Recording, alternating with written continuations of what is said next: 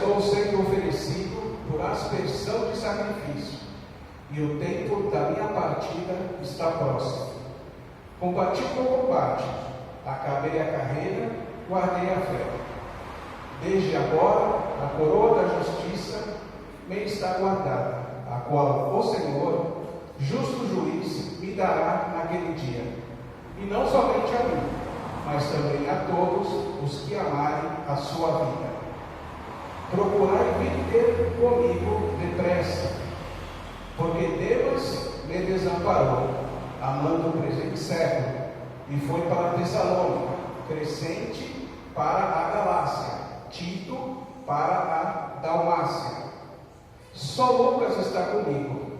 Toma Marcos e traze-o comigo, porque me é muito útil para o ministério. Amém.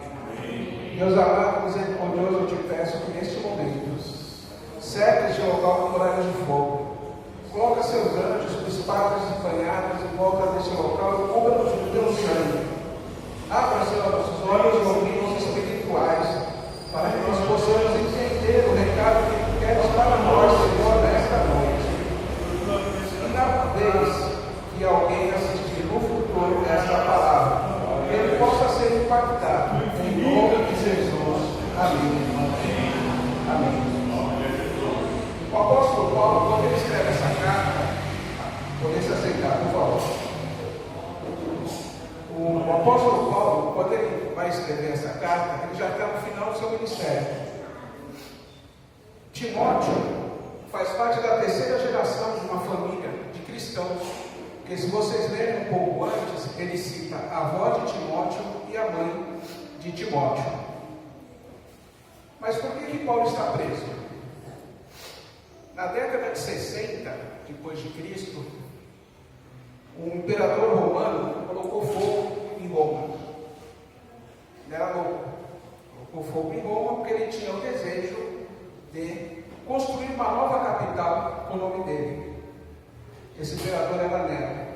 A cidade queimou por 7 dias e 6 noites. Um fogo intenso.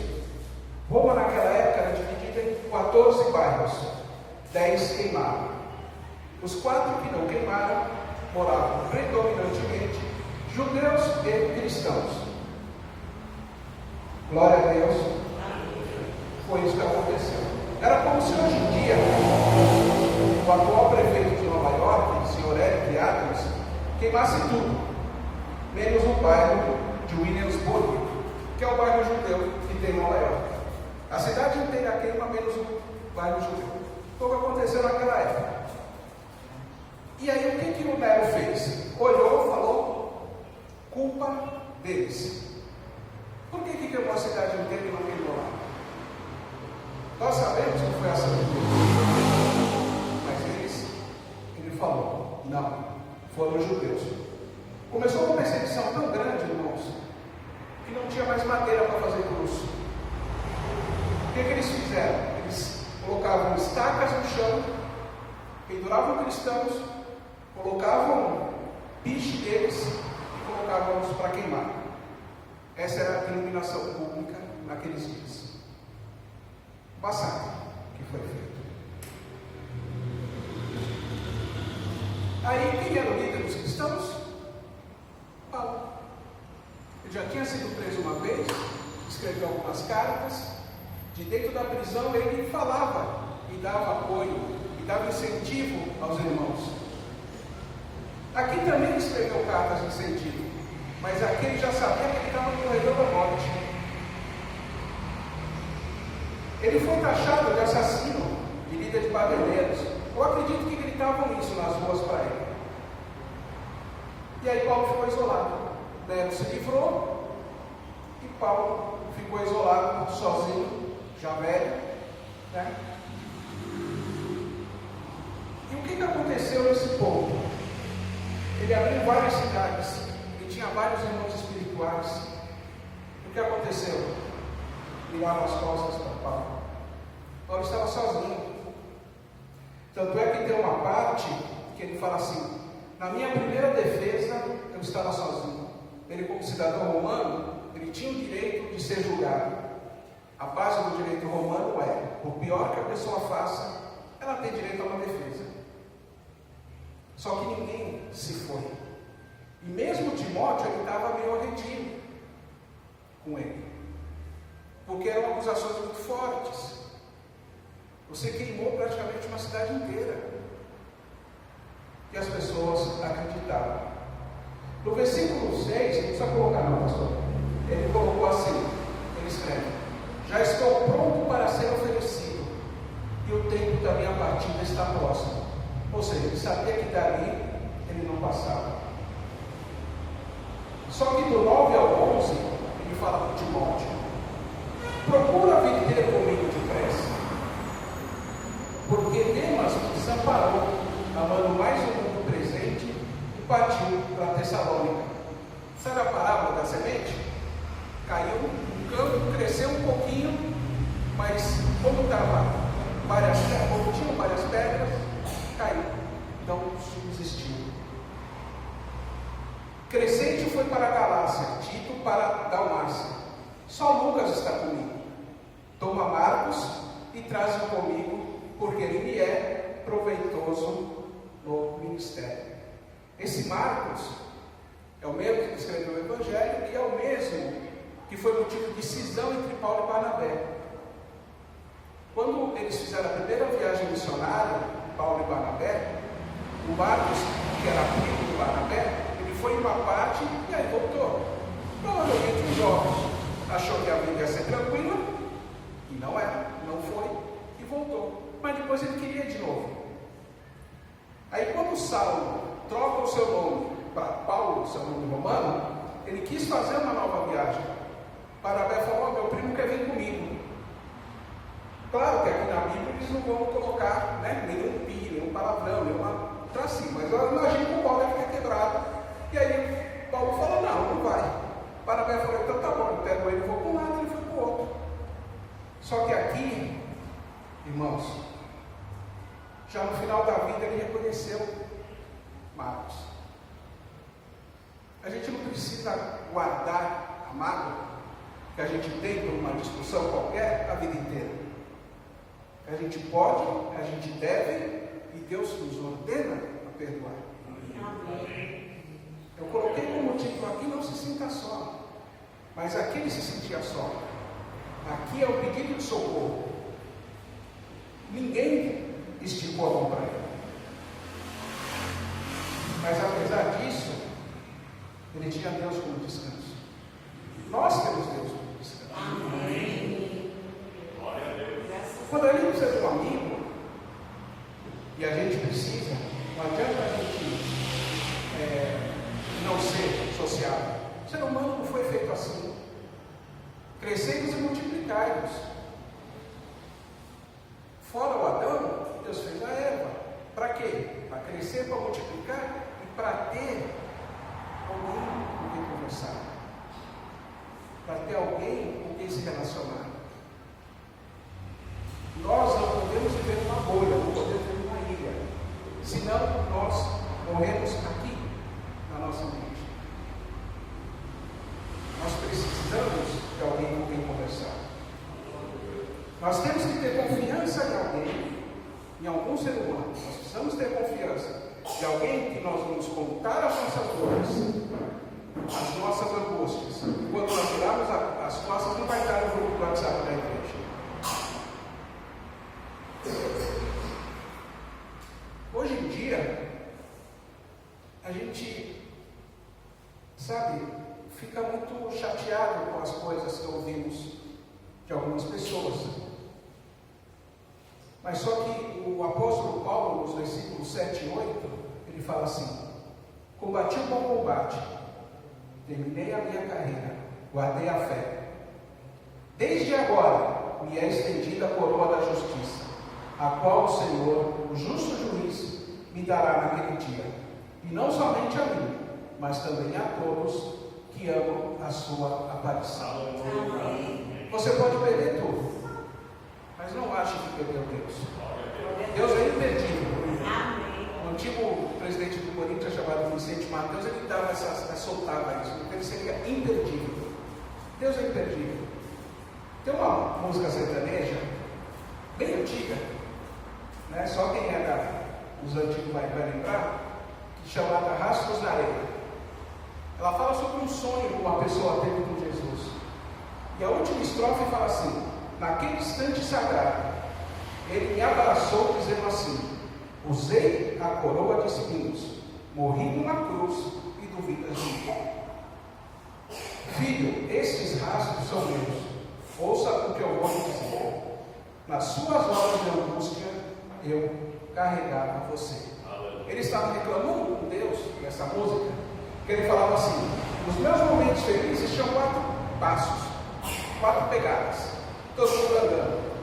Na hora que eu mais precisei, eu só vi 2. Você me deixou. Jesus falou: não, eu te carreguei.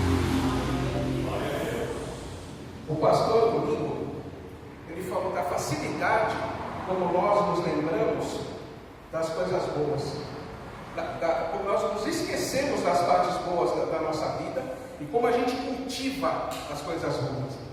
A gente dá adubo, a gente rega, a gente olha todo dia, né, aquela parte ruim da nossa vida. A gente se lembra do tombo, mas a gente não lembra da mão que levanta, que nos ajuda a levantar. O foco atual do mundo, ele não nos permite ter e manter relacionamentos. Está tudo muito superficial, inclusive entre os casais. Eu diria, principalmente entre os casais. A gente não tem na nossa esposa um amigo, e a nossa esposa às vezes não confia conversar conosco. Nós deveríamos ser um. Não deveríamos ter senhas separadas de WhatsApp. Não deveríamos ter senhas separadas de Facebook, de tudo. Não, teria que ser uma coisa só. Mas infelizmente é colocado na nossa cabeça que até um ponto. Não, peraí, isso já está mexendo na minha individualidade. Peraí, mas você não deixou o pai e a mãe para ser apenas um? O meu psicólogo, ele fez um negócio engraçado. Quando eu vou fazer a terapia agora, eu fico de costas e eu vou falando. Sabe por quê? Porque a linguagem corporal é algo importante. Eu ia falando com ele, aí conforme ele ia se mexendo, eu percebi a reação dele, eu ia mudando um pouco o que eu ia falando. E ele percebeu. E não é só ele. Você imagina você estar lá no seu departamento na empresa, o chefe chuta a porta e já entra xingando. Você nem sabe o que está acontecendo, mas você está ali, né? Ou senão aquele pregador que está em cima do púlpito, aí a voz, conforme vai pregando, vai aumentando, vai engrossando, aí ele solta o receba no final da pregação. Glória a Deus, vou receber. Não. Se você falar baixo e falar de forma clara, a informação chega bem melhor. Quando tudo na tua vida parecer que vai dar errado, ou já está dando errado, qual é a posição que você toma? Você clama ou você reclama? Você tem essas 2 opções: clamar e reclamar. O que Paulo fez no corredor da morte? Clamou. Versículo 13 a 15, ele fala assim para Paulo: a capa que deixei em Troade com Carpo, quando vieres, traze comigo. O cara não tinha uma capa para comigo. Tão pobre que ele estava, não tinha uma capa. E também os livros, especialmente o pergaminho. Alexandre, o caldeiro, me fez muito mal. O Senhor me recompense segundo as suas obras. Guarde muito bem essa parte. Tu, guarda-te também dele, porque ele resistiu muito às nossas palavras. O cara estava no corredor da morte, queria o pergaminho, queria a Bíblia para ler, queria estudar, queria estar perto de Deus. Hoje em dia você faz um propósito para ler a Bíblia, no segundo dia você acabou. Se você for um cara de fé e resistir a números inteiros, você está ali. É só genealogia. orientando esse jovem pastor a tomar cuidado, porque ele ia ter pessoas que iam duvidar. Esse Alexandre, ele largou. Alguns dizem que foi ele que indicou onde estava Paulo. Mas o que ele fez? O Senhor lhe recompense segundo as suas obras. Ele não pagou o mal do Paulo. E não porque o fim se aproximava. Porque quando ele estava em outro local, ele escreveu carta para o pessoal de Roma e orientava nesse mesmo sentido. Então era algo dele. Ele tinha crescido espiritualmente. E você imagina, Roma era o centro do mundo. As pessoas chegavam, saíam, uma cidade enorme. Assim como São Paulo. E São Paulo é uma cidade muito dura. Eu conheci pessoas do ABC, que é aqui do lado, que reclamavam daqui. Falavam assim, são muito duros, vocês são muito secos. Pessoal aqui de São Paulo. Eu conheci um rapaz do Rio que uma vez ele teve uma crise de choro. Ele ficou desesperado, começou a chorar copiosamente e falou: eu vou voltar para a minha terra, isso aqui não é terra. As pessoas são muito duras. E não fica muito longe, a minha irmã mais nova, ela morou 3 anos em Santa Catarina. Ela voltou para cuidar do meu pai, há uns 2 anos, e ela não se acostuma mais com São Paulo. Ela vive com medo, ela vive trancada. Ela fala, a cidade é muito violenta, as pessoas se matam por qualquer coisa. E para poder encerrar e passar para o pastor, eu quero ler o versículo 19 a 21 do livro de Romanos 12.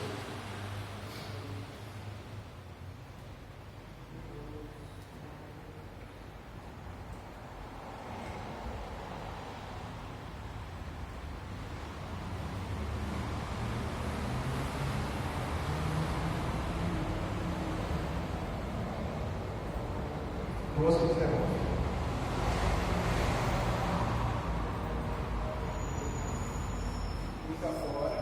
Isso, clica de novo, 2 vezes. Isso.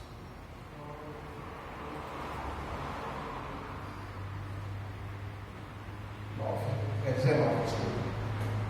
Eu falei 9 a 19. Não vos vingueis a vós mesmos, amados, mas dai lugar à ira, porque está escrito: minha é a vingança, eu recompensarei, diz o Senhor. Portanto, se o teu inimigo tiver fome, dá-lhe de comer. Se tiver sede, dá-lhe de beber.